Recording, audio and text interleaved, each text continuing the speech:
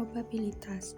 Probabilitas merupakan suatu nilai yang digunakan untuk mengukur tingkat kemungkinan terjadinya suatu kejadian yang acak.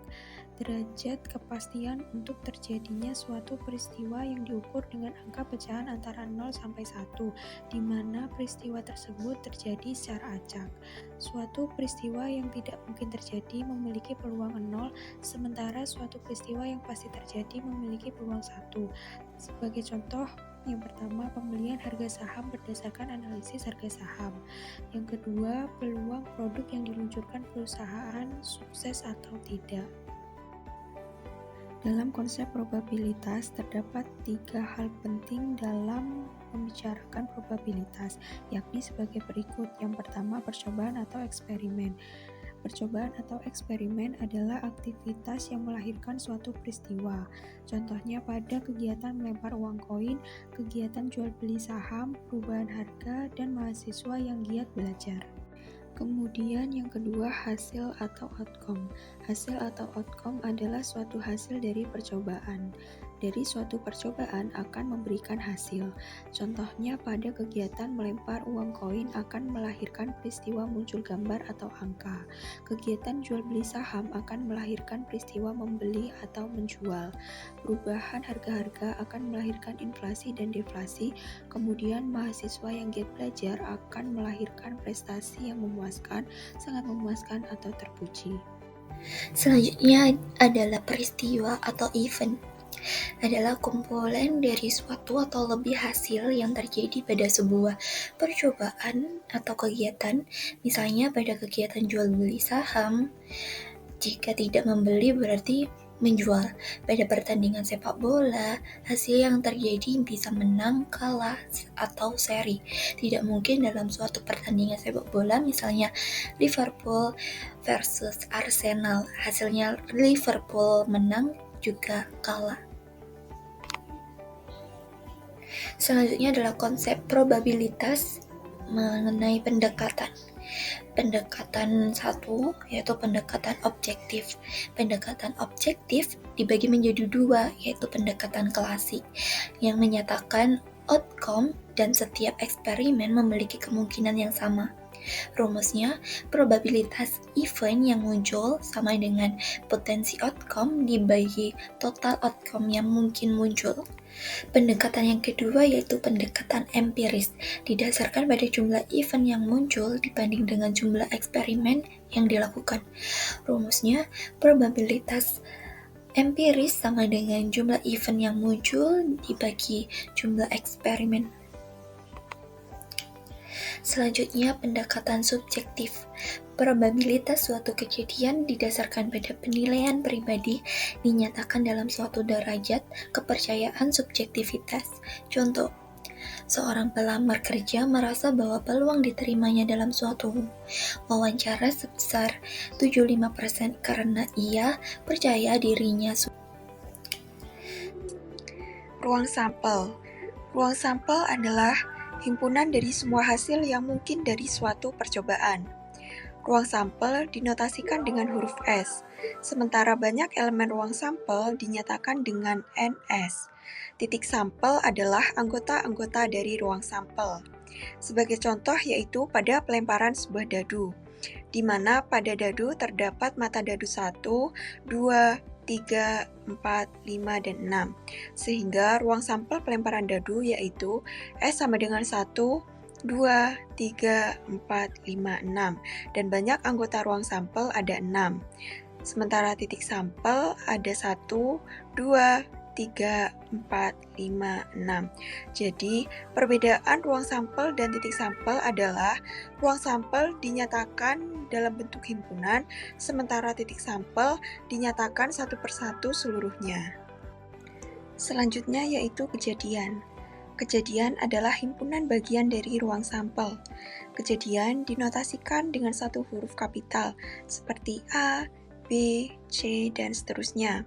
Banyak anggota ruang kejadian A ditulis NA, banyak anggota kejadian B ditulis NB, dan seterusnya. Sebagai contoh, yang pertama kejadian sederhana, yaitu suatu kejadian yang hanya memiliki satu titik sampel. Misalnya, kejadian munculnya mata dadu bilangan prima genap pada pelemparan dadu, yaitu 2. Kemudian kejadian majemuk, yaitu suatu kejadian yang memiliki lebih dari satu titik sampel. Misalnya, kejadian munculnya mata dadu bilangan ganjil pada pelemparan sebuah dadu, yaitu 1, 3, dan 5. Frekuensi relatif. Frekuensi relatif adalah perbandingan banyaknya kejadian yang diamati dengan banyaknya percobaan. Jika suatu percobaan yang dilakukan sebanyak-banyaknya dengan N mendekat tak hingga, maka nilai frekuensi relatif cenderung konstan yang mendekati nilai tertentu. Nilai tertentu tersebut disebut peluang munculnya suatu. Rumus frekuensi relatif, frekuensi K, banyaknya kejadian K dibagi banyaknya percobaan. Dan selanjutnya ada aturan probabilitas. Aturan probabilitas sendiri dibagi menjadi dua macam. Yang pertama ada aturan perkalian yang digunakan untuk menghitung probabilitas sebuah kejadian.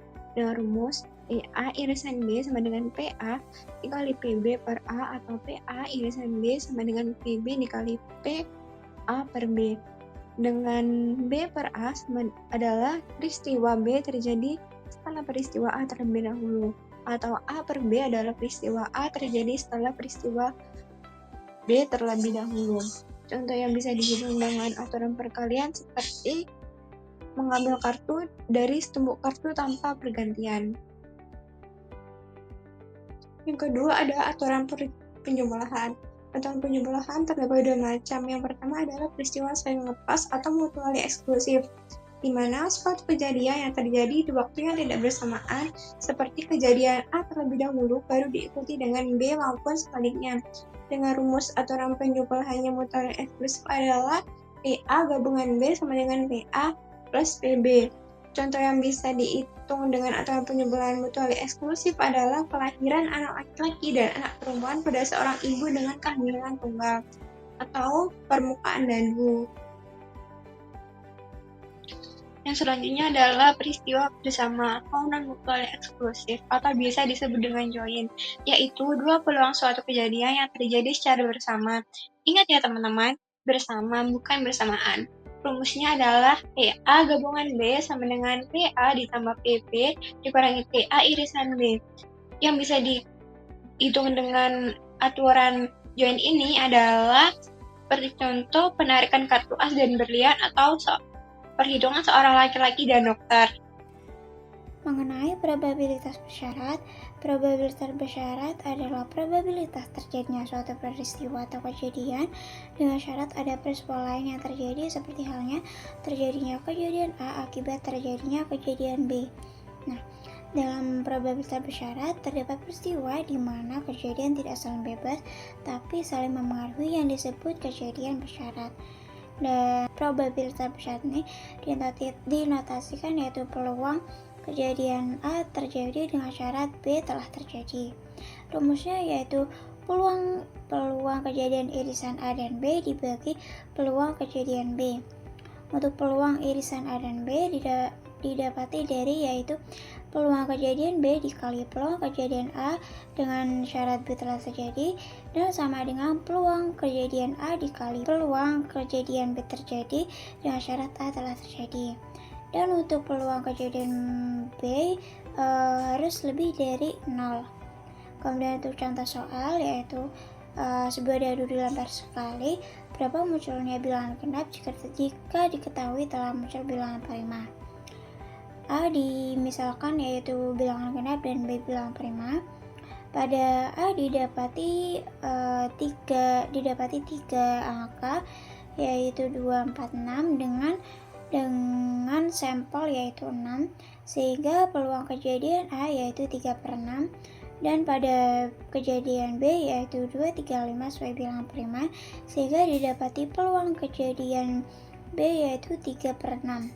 Nah, untuk irisan A dan B yaitu 2 diambil dari angka yang sama yaitu 2, sehingga probabilitas kejadian irisan A dan B yaitu didapati 1/6. Sehingga berapa munculnya bilangan genap jika diketahui telah muncul bilangan prima.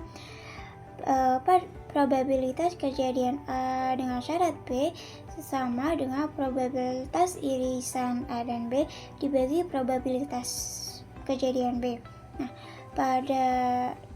didapati sebelumnya yaitu 1/6 dibagi 3/6, hasilnya yaitu 1/3. Mengenai kejadian independen, dua kejadian A dan B dapat disebut independen jika kejadian A itu tidak memengaruhi peluang terjadinya B, dan begitu juga sebaliknya. Nah, sehingga jika A dan B adalah kejadian independen, maka peluang keduanya terjadi bersamaan merupakan hasil kali peluang masing-masing kejadian. Seperti halnya rumus yang di bawah, yaitu peluang irisan A dan B sama dengan peluang kejadian A dikali peluang kejadian B. Pada contoh soal, yaitu dua dadu dilempar satu kali bersamaan, A adalah kejadian mata dadu pertama muncul bilangan ganjil, dan B adalah mata dadu kedua muncul bilangan prima. Tentukan peluang A dan B. Pada bilangan ganjil yaitu 1, 3, dan 5, sehingga didapati jumlah elemen yaitu 3, kemudian bilangan prima 2, 3, dan 5, dan didapati jumlah elemen juga 3, dan untuk sampelnya sendiri yaitu 6. Sehingga untuk mencari peluang kejadian A yaitu jumlah elemen kejadian A yaitu 3 dibagi sampel yaitu 6, sehingga didapati 1/2. Dan kemudian untuk peluang kejadian B yaitu jumlah elemen B yaitu 3 dibagi jumlah sampel yaitu 6, sehingga didapati yaitu 1/2. Dan untuk menentukan peluang A dan B yaitu rumusnya peluang irisan A dan B sama dengan peluang kejadian A dikali peluang kejadian B sama dengan 1/2 kali 1/2 yang tadi itu dimasukin, sehingga menghasilkan peluang masing-masing 1/4. Lalu selanjutnya di sini saya akan menjelaskan contoh soal dari beberapa materi yang telah teman saya jelaskan. Yang pertama ada contoh soal dari ruang sampel. Soal yang pertama, Aca memiliki 2 buah koin yang dilemparkan bersamaan. Berapa peluang muncul gambar pada kedua koin? Diketahui A itu sebagai angka dan G itu sebagai gambar pada koin. Jawabannya itu ruang sampelnya ada AG, AA, GA, dan GG. NS-nya 4, NA-nya 1, jadi PA sama dengan NA per NS sama dengan 1/4. Lalu yang B ada contoh soal dari kejadian. Soal yang pertama, dalam sebuah kelas terdapat 30 siswa yang terdiri dari 16 siswa laki-laki dan 14 siswa perempuan. Jika dipilih secara acak seorang siswi perempuan untuk mengikuti lomba, berapa peluang terpilihnya siswa perempuan? Diketahui NS di sini adalah jumlah keseluruhan siswa yaitu 30 siswa.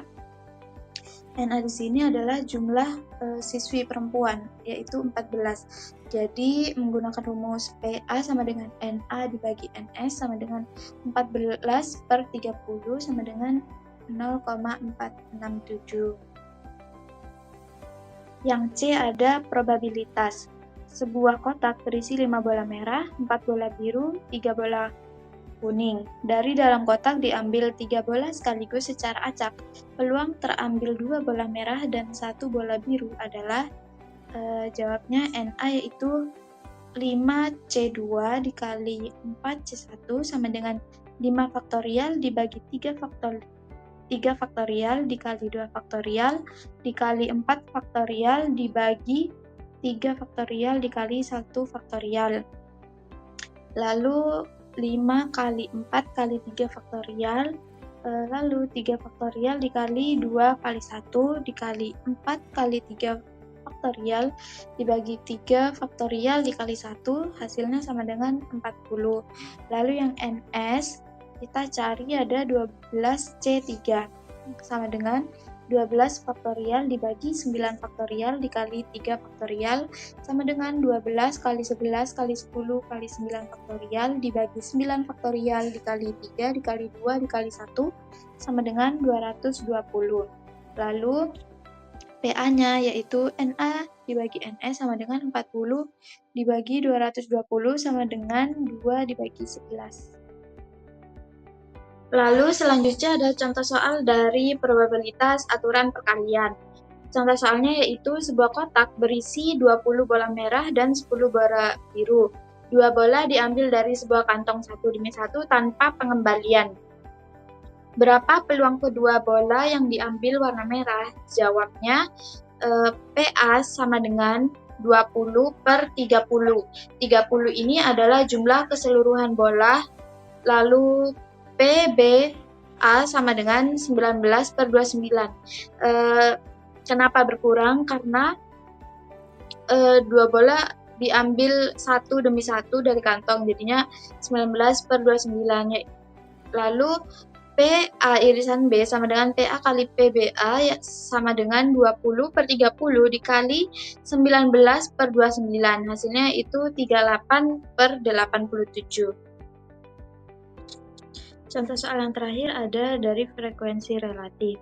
Pada pelemparan dadu sebanyak 100 kali, muncul muka dadu bernomor 6 sebanyak 16 kali. Tentukan frekuensi relatif munculnya muka dadu bernomor 6. Diketahui N yaitu banyaknya pelemparan dadu yaitu 100. Lalu ada K yaitu munculnya muka dadu bernomor 6 sebanyak 16 kali.